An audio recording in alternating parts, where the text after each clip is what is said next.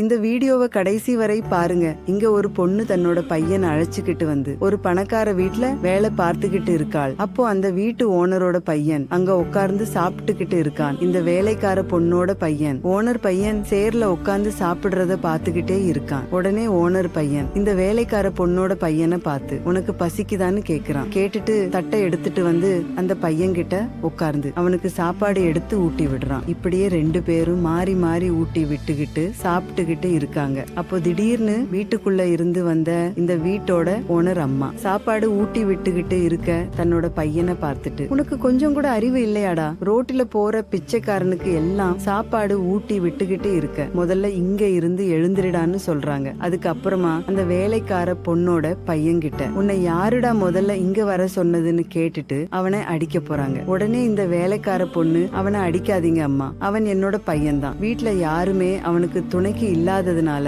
நான் அவனை இங்க கூட்டிட்டு வந்தேன், எதுவும் தப்பா எடுத்துக்காம மன்னிச்சு விட்டுருங்க அம்மான்னு சொல்றான். உடனே இந்த ஓனர் அம்மா அந்த வேலைக்கார பொண்ணை பார்த்து, நீ என்ன ஜாதி என்ன மதம்னு கூட எனக்கு தெரியாதுன்னு அந்த வேலைக்கார பொண்ணு ரொம்பவே கேவலமா திட்டுறாங்க. உடனே அந்த ஓனர் அம்மாவோட பையன், அம்மா அவங்கள திட்டாதீங்க அம்மா, இந்த பையன் ரொம்பவே பசியோட இருந்தான், அதனாலதான் நான் இவனுக்கு சாப்பாடு ஊட்டி விட்டேன்னு சொல்றான். மறுபடியும் இந்த அம்மா தன்னோட பையனை திட்டிட்டு இந்த வேலைக்கார பொண்ணு கிட்ட, இனிமே உனக்கு இந்த வீட்டுல வேலை கிடையாது, உன்னோட பையன் கூட்டிக்கிட்டு இப்பவே வீட்டை விட்டு வெளியே போன்னு சொல்றாங்க. இந்த பொண்ணு வேற வழி இல்லாம தன்னோட பையனை கூப்பிட்டுக்கிட்டு அங்க இருந்து கிளம்புறா. அப்போ இந்த ஓனர் அம்மாவோட கணவர் அங்க வந்து, இங்க என்ன பிரச்சனை, எதுக்காக அந்த பொண்ணை வீட்டை விட்டு போக சொல்றேன்னு தன்னோட பொண்டாட்டி கிட்ட கேக்குறாரு. உடனே இந்த ஓனர் அம்மா தன்னோட ஹஸ்பண்ட் கிட்ட, இந்த கருமத்தை நான் என்னோட வாயால வேற சொல்லணுமா? நான் வரும்போது என்னோட பையன் இந்த பிச்சைக்கார பையனுக்கு சாப்பாடு ஊட்டி விட்டுக்கிட்டு இருக்கான், இந்த கீழ் ஜாதி பையனோட என்னோட பையன் பழகுனானா நம்மளோட ஜாதி அந்தஸ்து எல்லாம் என்ன ஆகிறது? அதனாலதான் இவங்க ரெண்டு பேரையும் வீட்டை விட்டு வெளியே துரத்தி விடுறேன்னு சொல்றாங்க. இத கேட்டதும் இந்த ஓனர் அம்மாவோட கணவரும் தன்னோட